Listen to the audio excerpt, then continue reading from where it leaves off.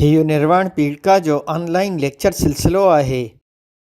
मुंहिंजो नालो अहसान अहमद उर्साणी आहे। हिन लेक्चर जो उन्वान आहे कैब जी मथाछराती एराज़ी surface area of a cube. हिन लेक्चर में पाण कैब जी मथाछराती एराज़ी लहणु सिखंदासीं। पर सभ खां पहिरीं पाण सम्झंदासीं त मुकैब छा थींदो आहे। मुकैब दॿिए जहिड़ो टिरखो डोल यानी शेप आहे जंहिंखे 6 पासा 8 गोशा ऐं 12 कना हूंदा आहिनि। इन जे हर गोशे सां 3 कना ऐं 3 पासा लॻंदा आहिनि। मुकैब जूं 3 मापूं थींदियूं आहिनि: वेकर, डेघ ऐं ऊचाई। अहिड़ो मुकैब जंहिंजा 6 ई पासा हिक जेतिरा हुजनि तंहिंखे कैब सॾियो वेंदो आहे। अंग्रेज़ीअ में इन खे क्यूब सॾियो वेंदो आहे। एक्स बराबरि आहे वाए बराबरि आहे ज़ेड। मतिलब त कैब जी वेकर, डेघ ऐं ऊचाई हिक जेतिरियूं थींदियूं आहिनि। ॿियनि लफ़्ज़नि में कैब जा 12 ई कना हिक माप जा थींदा आहिनि। फ़र्ज़ु करियो त हर हिक कने जी माप एक्स एका आहे।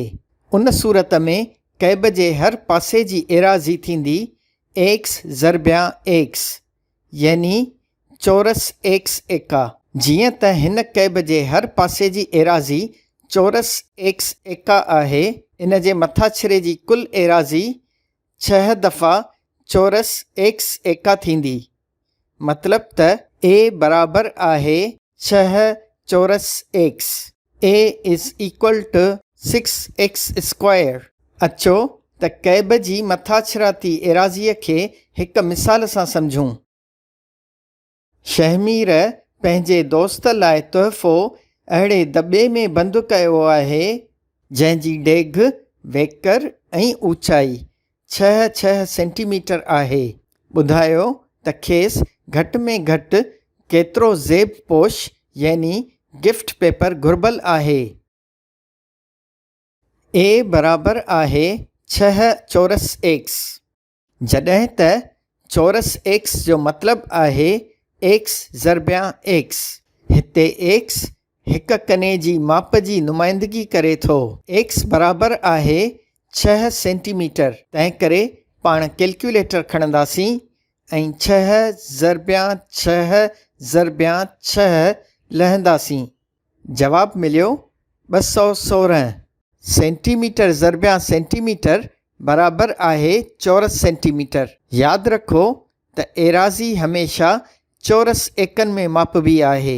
मतिलब त शहमीर खे 216 चौरस सेंटीमीटर ज़ेब पोश यानी गिफ्ट पेपर घुर्बल आहे। मिसाल तौरु शहमीर 18 सेंटीमीटर डिघो ऐं 12 सेंटीमीटर वेकिरो ज़ेब पोश वठी अचे थो, जंहिंजी एराज़ी 216 चौरस सेंटीमीटर थिए थी।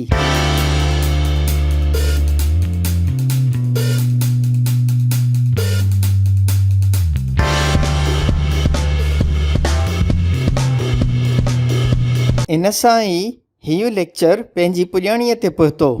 जेकॾहिं तव्हांखे हीअ वीडियो पसंदि आई आहे त थम्स अप ॾियणु न विसारींदा। असांजूं वीडियोज़ ॾिसंदो रहण लाइ सिंधी साइंस चैनल खे सब्सक्राइब कंदा। कमेंट्स में पंहिंजी राय जो इज़हार ज़रूरु कंदा।